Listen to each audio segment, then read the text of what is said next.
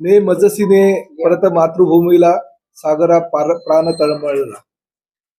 या वीर सावरकरांच्या गीतावर आमच्या आयुष्याची सुरुवात झाली. शालेय जीवनापासून विनायक दामोदर सावरकरांविषयी आम्ही ऐकत आलो, त्यांचं वाचन बघत आलो. त्यांच्या कर्तृत्वाची गाथा सर्वसामान्य जनतेपर्यंत पोहोचवण्याचं काम आतापर्यंत ह्या महाराष्ट्रामध्ये झालेलं आहे. परंतु काही वर्षापूर्वी स्वर्गीय शिवसेना प्रमुख आदरणीय बाळासाहेब ठाकरे हयात असताना ह्या सावरकरांविषयी काँग्रेसच्या काही नेत्यांनी अपशब्द वापरले, त्यांच्याविषयी काहीतरी बरळले. त्यावेळेस आदरणीय शिवसेना प्रमुख बाळासाहेब ठाकरे यांनी त्या नेत्याला जोड्यानं मारा असं आवाहन केलं आणि आदेश काढले. त्या नेत्यानं महाराष्ट्रामध्ये येणं बंद केलं. आणि आजची परिस्थिती अशी आहे की काँग्रेसचे सर्वस्व असे समजणारे राहुल गांधी हे भारत जोडो यात्रा करतात. त्या भारत जोडो यात्रेमध्ये स्वर्गीय शिवसेना प्रमुख बाळासाहेब ठाकरे यांचे नातू आदित्य ठाकरे सामील होतात. सामन्याचे संपादक आणि शिवसेनेचे नेते संजय राऊत सामील होतात.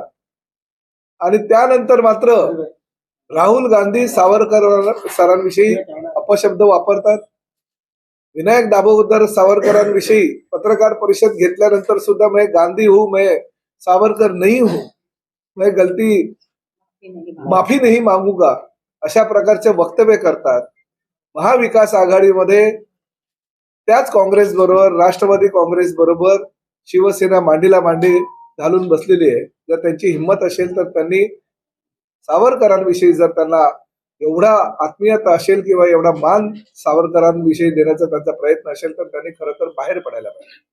परंतु जो राहुल गांधी ह्या सावरकरांविषयी अपशब्द वापरतो, त्यांच्या मांडीला मांडी घालून तुम्ही लोक बसता आणि महाविकास आघाडीच्या माध्यमातून या महाराष्ट्रामध्ये यात्रा काढतो असं जाहीर करता. परंतु जेव्हा सावरकरांविषयी सभागृहामध्ये राज्याचे मुख्यमंत्री एकनाथ शिंदे आणि उपमुख्यमंत्री श्री देवेंद्र फडणवीस यांनी त्यांच्याविषयी आत्मीयता किंवा त्यांच्याविषयी जे विचार व्यक्त केले, विनायक दामोदर सावरकरांना यांना भारतरत्न द्यावी ही मागणी शिंदे साहेबांनी गेल्या अनेक वर्षापासून लावून धरली. त्याच सावरकरांबद्दल तुम्ही हे अपशब्द बाळगणारा काँग्रेस बरोबर कसा काय घरोबा करू शकता, हा प्रश्न आम्ही आज त्यांना विचारतो. भारतीय जनता पक्ष आणि शिवसेनेच्या वतीनं 6 एप्रिल पर्यंत आम्ही ही मी सावरकर नावाची यात्रा काढतोय. राज्यातील प्रत्येक शहरात, प्रत्येक खेड्यामध्ये, प्रत्येक पाड्यामध्ये ही यात्रा आमच्या युतीच्या माध्यमातून पोहोचेल. आणि सावरकर काय होते, सावरकरांचे विचार काय होते, सावरकरांचं कर्तृत्व काय होतं, अंदमान येथे काळ्या पाण्याची शिक्षा भोगत असताना स्वातंत्र्यवीर यांना ही पदवी त्या काळी कशी काय मिळाली, ह्याचं प्रात्यक्षिक आम्ही ह्या यात्रेच्या माध्यमातून सर्वसामान्य जनतेपर्यंत पोहोचवणार आहोत. आणि काँग्रेस, राष्ट्रवादी आणि शिवसेनेनं त्यांच्याबाबत जो चालवलेला अपप्रचार आहे त्याला कुठेतरी आळा घालावा, त्याला कुठेतरी पायबंद करावं, यासाठी आम्ही प्रयत्न करतोय. हमारे मीरा भाईंदर के जिलाध्यक्ष आदरणीय श्री रवि व्यास, हमारी बहन इस परिसर की लोकप्रिय विधायक श्रीमती गीताजी जैन और मैं खुद और आरपीआई के नेता, इनकी उपस्थिति में रविवार 2 तारीख को दोपहर को 12 बजे सुभाष चंद्र बोस मैदान से लेके छत्रपति शिवाजी महाराज के पुतले तक हम मी सावरकर नाम की ये यात्रा निकाल रहे हैं. हमारे साथ सावरकर जी को और उनके विचारों को मानने वाले बहुत से लोग भी शामिल होने वाले हैं. पार्टी के हमारे कार्यकर्ता तो रहेंगे, मगर हम ये यात्रा का आयोजन इसलिए कर रहे हैं कि सावरकर के खिलाफ जो लोग गलत सलत बात करते हैं उनको उनकी औकात समझनी चाहिए. और सावरकर जो विचार, उनको स्वतंत्र वीर सावरकर ये जो नाम दिया गया, किस वजह से दिया गया, ये दिखाने के लिए हम आम जनता के बीच में ये यात्रा निकालेंगे. आपके माध्यम से हम मीरा भाईंदर शहर के लोगों को यही कहना चाहते हैं, मी सावरकर की ये यात्रा में आप शामिल हो जाइए और उनका बहुमान बढ़ाइए. स्वतंत्र वीर सावरकर जी के लिए कांग्रेस पक्ष की तरफ से जो अपमानजनक विधान आ रहे हैं उसका हम विरोध करते हैं. उसका कारण अगर हम जानना चाहे तो मुझे ये दिख रहा है कि विरोध पक्ष यानी कि कांग्रेस कमजोर होता जा रहा है और उसे कमजोरी को छिपाने के लिए उनके पास और कोई ऐसे मुद्दे नहीं है जिस पे वो चर्चा कर सके, इसलिए ऐसे ऐसे मुद्दे निकाल रहे हैं जिसका कोई सिर पैर है ही नहीं।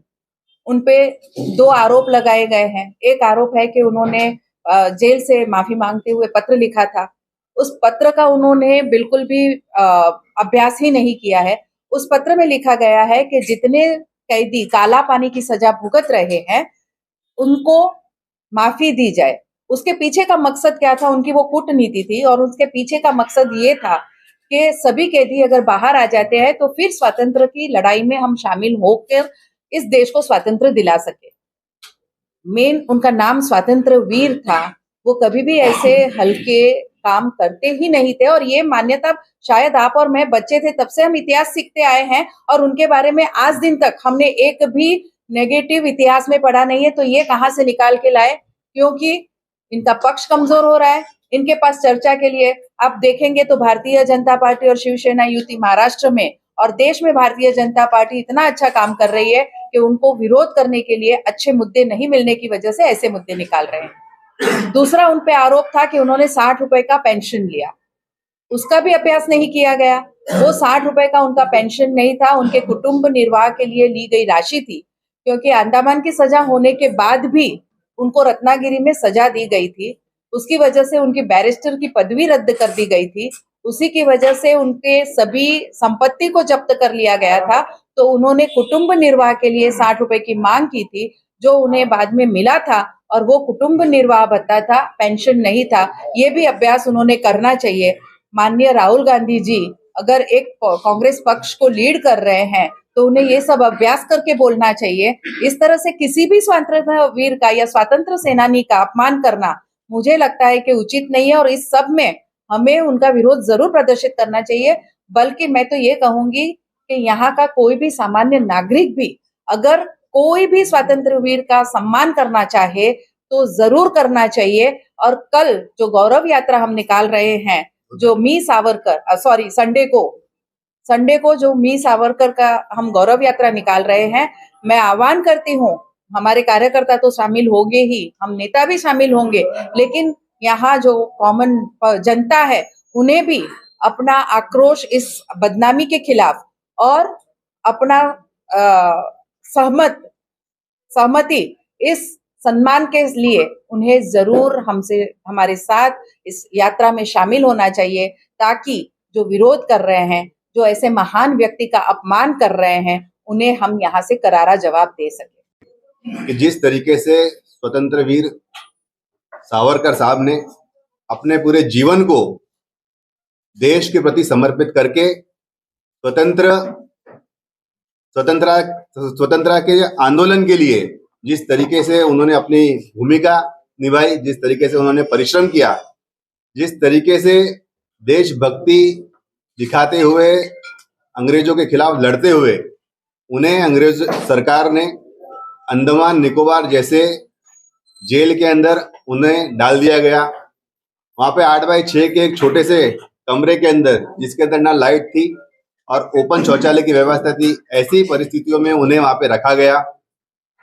कोल्हू के बैल की तरह उन्हें काम करने के लिए लगाया गया और ऐसी परिस्थिति थी जिसके अंदर कोई भी इंसान का रहना, एक दिन भी हम जैसे लोग अगर वहां पे रहना चाहे तो हम लोगों की मृत्यु हो जाए। इस ऐसी विकट परिस्थितियों के अंदर हमारे वीर सावरकर साहब ने परिश्रम और दुख सहे और उनके बलिदान को, उनके कष्टों को, देश के प्रति उनके समर्पण के भाव को नजरअंदाज करते हुए जिस तरीके से कांग्रेस पक्ष उनका अपमान कर रहा है, ये निंदनीय है। आज भारतीय जनता पार्टी एवं शिवसेना पक्ष के वरिष्ठ आमदार आदरणीय प्रताप सरनायक साहब, 145 की हमारी स्थानिक आमदार श्रीमती गीता जैन मैडम और सभी भाजपा के समस्त पदाधिकारी और शिवसेना पक्ष के सभी पदाधिकारी आज आपके सामने समक्ष उपस्थित है। आने वाले रविवार को 2 अप्रैल को दोपहर को 12 बजे एक स्वतंत्र वीर सावरकर साहब के सम्मान के अंदर एक यात्रा का आयोजन किया गया है। ये यात्रा ठीक 12 बजे महेंद्र पश्चिम में नेताजी सुभाष चंद्र बोस मैदान से शुरू होगी और इसका समारोह छत्रपति शिवाजी महाराज का जो स्टैच्यू है काशीमीरा पे, उसका वहाँ पे समापन होगा। और इस यात्रा के दौरान वीर सावरकर जी की जीवनी के ऊपर जो उनके भाषण थे, जो उनके वक्तव्य थे, उसके जो उनके जो विचार थे, उन सभी विचारों का प्रदर्शन उस यात्रा में किया जाएगा। और भाजपा के और शिवसेना के समस्त कार्यकर्ता, सभी नेतागण एवं स्थानिक जनता भी उस यात्रा के अंदर उपस्थित रहेगी। तो अपने आप के अंदर मी सावरकर इस तरीके का अभियान, इस तरीके के विचार, इस तरह के भाव हम सभी अपने मन में लेकर आने वाले 6 अप्रैल तक इस विचारों को, सावरकर साहब के विचारों को जन जन तक पहुंचाने का कार्य